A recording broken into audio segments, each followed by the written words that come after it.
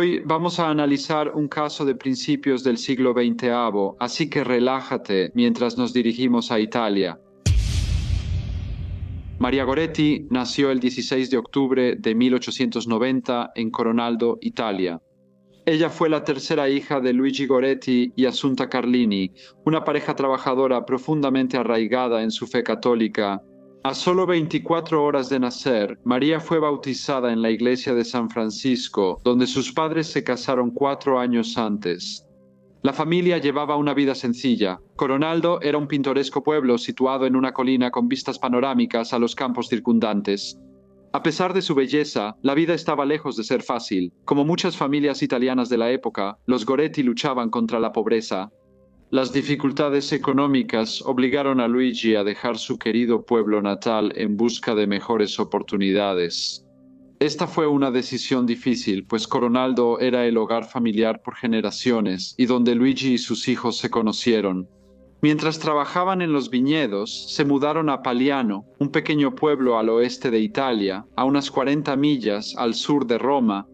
Aquí se convirtieron en aparceros, una práctica común para las familias empobrecidas.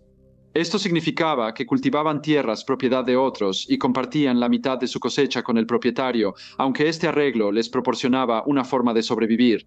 Requería muchas horas de trabajo duro, lo cual era difícil bajo el calor del sol en verano. A pesar de sus dificultades, los Goretti seguían siendo una familia unida y feliz, unidos por su fe. Luigi trabajaba en campos de un terrateniente adinerado. No estaba solo, trabajaba con otro jornalero, Giovanni Serenelli, que vivía cerca con su hijo adolescente Alessandro. Ambos trabajaban duro y compartían ganancias. Cuando mejoraron los problemas financieros de Luigi, él y su esposa, Assunta, recibieron a su quinto hijo.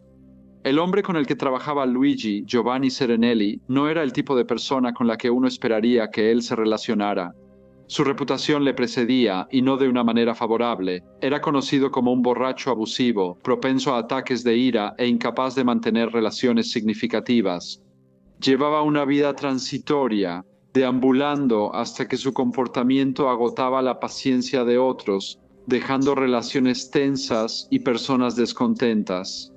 Su hijo, Alessandro, tuvo una crianza difícil, muy distinta a la infancia estable de los niños Goretti.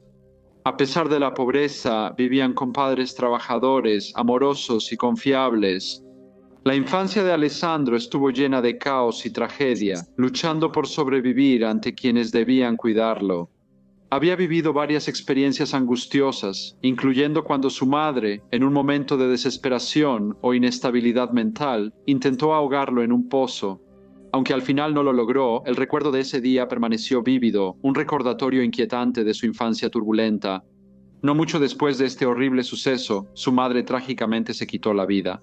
Sus acciones mostraron luchas profundas y no atendidas de salud mental, dejando a Alessandro enfrentando el dolor de la pérdida y preguntas sin respuesta sobre su sufrimiento.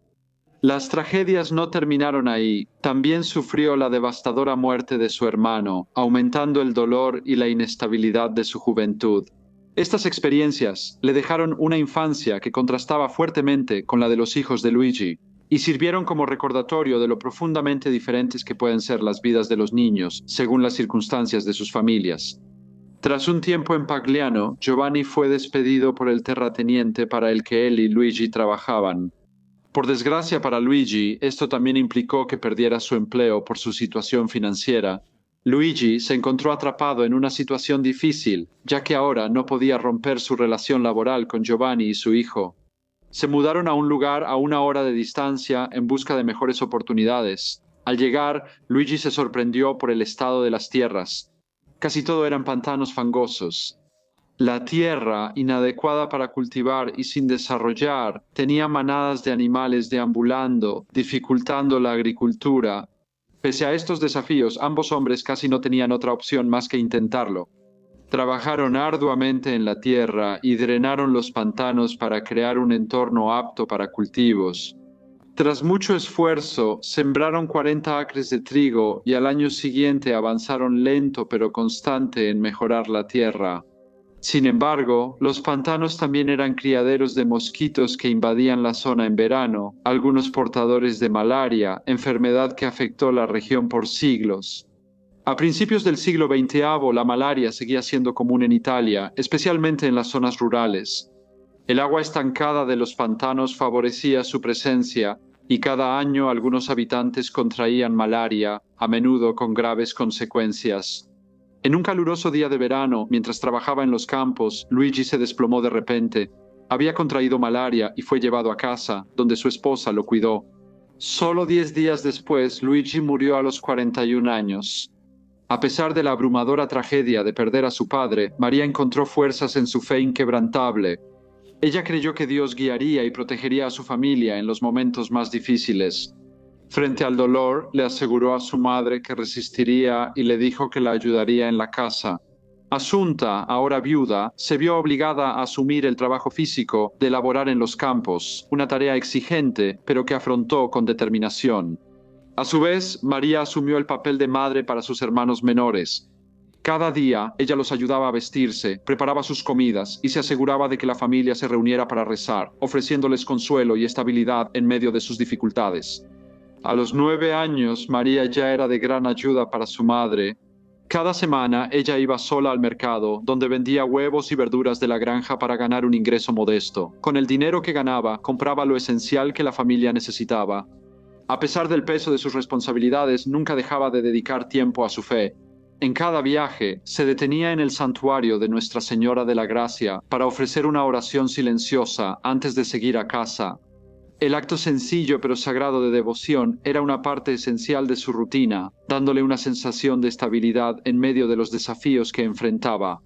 La religión de María no era simplemente un conjunto de rituales o costumbres, era la piedra angular de su vida, le daba propósito y una sensación de conexión con algo más grande que ella misma. Su fe la ayudó a sobrellevar responsabilidades impuestas tan joven, dándole paz y esperanza, incluso ante las difíciles circunstancias de su familia. Después de la muerte de Luigi, la relación entre los Gheretti y los Serenelli comenzó a deteriorarse. Asunta, aún de luto por la pérdida de su esposo, se sintió profundamente herida por la frialdad de Giovanni y Alessandro, quienes le ofrecieron muy pocas palabras de consuelo o simpatía durante este momento tan difícil. En 1901, Alessandro empezó a mostrar un inquietante interés por María, la hija de 10 años de Asunta. Su comportamiento comenzó con bromas y relatos inapropiados que hacían sentir incómoda a la joven María. María respondía tajante, dejando claro que sus comentarios le parecían desagradables e inaceptables. Sin embargo, Alessandro parecía disfrutar la reacción que provocaba y, en lugar de detenerse, continuó acosándola. Sus insinuaciones se volvieron más evidentes, y María, aunque asustada, seguía rechazándolo. En ocasiones, su presencia se volvía tan insoportable que no le quedaba más opción que defenderse físicamente, recurriendo a golpearlo con una escoba o a lanzarle agua en un intento desesperado por hacer que se detuviera. Desafortunadamente para María, él le advirtió que habría consecuencias si hablaba de su comportamiento. Amenazó su vida para mantenerla en silencio. Aterrorizada por las repercusiones y sin querer cargar a su madre con otra fuente de dolor, María guardó el tormento para sí misma. Prefirió enfocarse en algo que le daba esperanza y paz. Su primera comunión, el 16 de junio de 1901, llegó el día. La ceremonia fue un importante rito de paso para la joven, y el sacerdote que la presidió dio un mensaje poderoso a los niños presentes. Habló sobre la importancia de mantenerse puros y virtuosos, sin importar los desafíos que enfrentaran en la vida. Siendo la más joven del grupo, María tomó las palabras del sacerdote muy en serio y estaba decidida a mantener los valores de pureza y fe que él había transmitido. Durante el año siguiente, Alessandro siguió acosando. El 5 de julio de 1902, Asunta y algunos de sus hijos mayores trabajaban en los campos, mientras María se quedaba en casa como de costumbre, atendiendo sus deberes del hogar y cuidando a su hermana menor Teresa. Después de terminar sus tareas de limpieza, comenzó a remendar una de las camisas de su hermano, una tarea rutinaria que solía realizar. Cerca de las 2 de la tarde, salió al descansillo soleado del segundo piso para coser, mientras vigilaba a Teresa, quien dormía plácidamente junto a ella. Al mismo tiempo, Alessandro llegó a la casa. Al principio, pasó junto a María y entró a la cocina, pero pronto sus intenciones siniestras se hicieron evidentes. Salió de la cocina con un cuchillo grande. Antes de que María reaccionara, la tomó, la arrastró a la cocina y cerró la puerta. Sus intenciones eran inconfundibles e intentó agredirla. A pesar de su pequeña estatura y la fuerza abrumadora del hombre de 20 años, María se defendió, su voz resonando con gritos desesperados. No, no, Dios no quiere esto. Si haces esto, irás al infierno. Sus palabras, una mezcla de desafío y convicción moral, solo enfurecieron más a Alessandro. Más allá, incapaz de cumplir sus terribles intenciones, apuñaló varias veces a María, infligiendo heridas brutales a la niña indefensa hasta que guardó silencio. Después del ataque, caminó tranquilamente a su habitación, donde se dejó caer y se quedó dormido, sin mostrar ningún remordimiento por lo que había hecho. Mientras tanto, la pequeña Teresa se despertó y comenzó a llorar. Uno de los hermanos de María le llamó, pidiéndole que atendiera a la niña. Pero al no recibir respuesta, subió las escaleras para investigar y lo que encontró fue una escena de horror. Al entrar a la cocina, encontró a María en el suelo, herida y sin responder. El brutal ataque dejó su huella no solo en la joven, sino también en toda la familia, destrozando la poca paz y estabilidad que habían logrado mantener. María seguía aferrándose a la vida cuando su madre Asunta llegó a su lado. Desesperada preguntó qué ocurrió y con voz débil María reveló que Alessandro la atacó. Prepararon rápido una carreta de caballos para llevar a María al hospital y Alessandro fue arrestado ahí mismo. El doctor Francesco Bartoli trabajó para estabilizar a María, contó 14 heridas de puñal y quedó horrorizado por la gravedad de sus lesiones. A pesar de sus mejores esfuerzos, la condición de María siguió deteriorándose. Esa noche, 2 monjas velaron junto a su cama, mientras su respiración se volvía más dificultosa. La mañana del 6 de julio de 1902, María expresó un deseo extraordinario en sus últimos momentos. Ella quería que Alessandro fuera perdonado y que algún día se reuniera con ella en el cielo. Poco después, falleció. Tenía solo 11 años. María fue sepultada 2 días después y su funeral reunió a mucha gente. Muchos habían sido profundamente conmovidos y perturbados por las trágicas circunstancias de su muerte y acudieron para rendirle homenaje y ofrecer sus condolencias. La historia de María se difundió rápidamente, captando la atención de la nación. Su valentía y fe se convirtieron en noticia de primera plana en toda Italia, y su nombre pronto fue conocido en todas partes. Alessandro fue juzgado por su crimen y declarado culpable. Su defensa alegó que María provocó el ataque y que él actuó en defensa propia, pero esto fue rechazado e increíble para todos. Fue sentenciado a 30 años de prisión. En los primeros años de su encarcelamiento, era violento e impredecible. Sus frecuentes arrebatos lo convertían en un peligro para otros reclusos y a menudo tenía que ser mantenido en aislamiento. Este comportamiento volátil continuó hasta su 6º año tras las rejas, cuando ocurrió algo extraordinario. Afirmó que una noche María se le apareció en un sueño. La describió de pie en un jardín, recogiendo 14 lirios blancos, uno por cada puñalada, y entregándolos uno por uno. Dijo que sintió un profundo sentido de perdón y gracia. Más tarde contó cómo fue invadido por el Espíritu Santo y creyó que María lo había perdonado. Esta experiencia transformó a Alessandro. Desde ese momento se convirtió en un prisionero ejemplar conocido por su buen comportamiento y humildad. Mejoró tanto su conducta que le dieron libertad anticipada 3 años antes de acabar su condena y ahora es un hombre libre. Su primer acto fue visitar a Asunta, la madre de María, donde le suplicó su perdón por el dolor inimaginable que le había causado a su familia. En un acto increíble de misericordia, Asunta lo perdonó y dijo: «Si mi hija puede perdonarte, ¿quién soy yo para negarte el perdón?». Alessandro llevó una vida tranquila como obrero y luego se unió a un monasterio capuchino, pasando sus últimos años en oración y servicio. Falleció a los 87 años y dejó una carta hallada entre sus pertenencias. En ella reflexionó sobre su vida y el crimen que la había definido. La carta decía: «Estoy viejo y cerca del final de mis días. Al mirar hacia mi pasado, reconozco que en mi juventud seguí un camino falso, un sendero malvado que me llevó a la ruina. A los 20 años cometí un crimen pasional, cuyo recuerdo todavía me horroriza hoy en día. María Goretti fue mi buen ángel, quien Dios puso en mi camino para salvarme».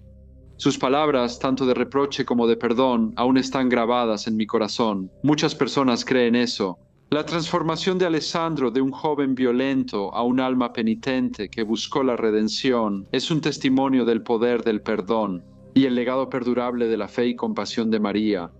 María fue beatificada el 27 de abril de 1947 en una ceremonia a la que asistieron su madre y el Papa Pío XII en la Basílica de San Pedro. 3 años después, el 24 de junio de 1950, María Goretti fue canonizada como Santa Inés del siglo XX. Su madre y 4 hermanos sobrevivientes asistieron a la ceremonia. La canonización atrajo a una multitud sin precedentes de 500.000 personas, donde el Papa Pío XII se dirigió a todos los reunidos en la Plaza de San Pedro y exhortó a los jóvenes presentes a defender su castidad. Con la gracia de Dios, los hermanos de María hablaron después de intervenciones milagrosas que atribuyeron a ella. Angelo afirmó que ella lo había guiado a emigrar a América, mientras que Mariano le atribuyó a su voz el haberle salvado la vida durante la Primera Guerra Mundial al instarlo a quedarse en su trinchera. Los restos de María están consagrados en la Basílica de Nostra Signore del Grassi Santa Maria Goretti, en el pueblo de Natuno, que se encuentra a 37 millas al sur de Roma. Hola a todos y muchas gracias por escuchar.